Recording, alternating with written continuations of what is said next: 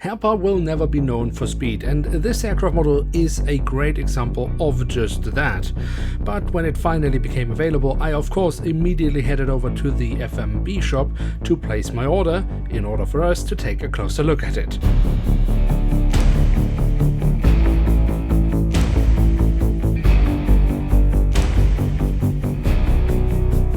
And with that, hello and welcome to a new episode of Review, where we today will take a closer look at a Boeing 787-10 of Etihad Airways. At the front of the box we have a cutout so we can get a glimpse of the aircraft model inside, and on top of the box we have the Etihad Airways branding. The back side of the box then unfortunately follows the standard box design of Herpa Wings. That means another cutout which makes the box unstable, does not protect my aircraft model, and just in general looks cheap. So the only thing of interest here is simply the fact that this is a limited edition.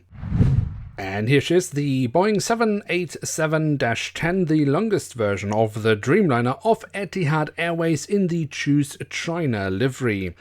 Now, as I mentioned in the beginning of the video, Herpa will never be known for being fast when it comes to making aircraft models, and therefore it is of course no surprise that the aircraft this model is based upon does not fly around like this anymore in 2022, even though the model from Herpa Wings of course has only been released in 2022. But does that mean that the aircraft model is a waste of money, or is it worth our time? The best way to find out is simply by taking a closer look at it, and as always we start our tour around the aircraft model with a look at the tail section, where we on the vertical stabilizer have the Etihad Airways color scheme. The horizontal stabilizers also have been given a little bit of detailing, and then on the fuselage we find the Etihad.com web address and the full registration code of the aircraft. Towards the very tail of the aircraft we then also find a bit of detailing around the APU exhaust. At the front of the aircraft and next to the cabin door we then find the flag of the UAE, and across the fuselage the writing of Etihad both in English and in Arabic writing, and we also have the Etihad branding or crest. Underneath the cabin windows we then find the writing of Choose China and the company slogan from Abu Dhabi to the world, alongside some static ports. On top of the fuselage we then have the addition of this rather lovely set dome, and if we then take a quick look around the cockpit section itself, well, here we find of course the cockpit windows with the window wipers. Above that we have the last letter of the registration code, where you also find the circular marking around the radome, and above the cockpit windows we also have the emergency hatch for the cockpit printed on. Moving on from there, we can then take a look at the engine nacelles. They have been kept in all white, but do have the silver leading edge, as well as the safety relevant markings and the ADNOC branding printed on.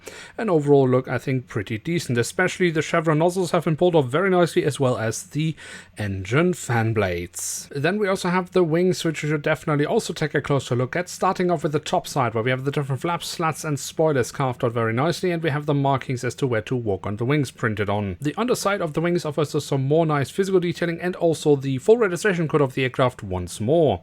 Then of course we also have the landing gear. That is the standard landing gear that Herpa uses for all their Dreamliners. A nice thing for the main landing gear, which looks pretty good, and also in this case the front landing gear looks rather decent, although I am missing some printed details. Something Herpa does quite well with their Dreamliners are the ram air intakes that are carved into the fuselage here, and I think overall look pretty decent. However, when we are looking at the belly of the aircraft here, we can also notice that Herpa has added the Etihad branding once more, and then willfully destroyed it with a hole in the fuselage for a stand, which is not included with this aircraft model. And then last but not least, we do also have the doors to the cargo compartments printed on here at the back of the aircraft, and here at the front of the aircraft. So there we have it, the Boeing 787-10 in the Etihad Choose China livery from Herpa Wings in scale 1 to 500. And what can we say about this aircraft model? For me, there are a few aspects when it comes to this aircraft model. Overall, it is a very nicely made model from Herpa Wings.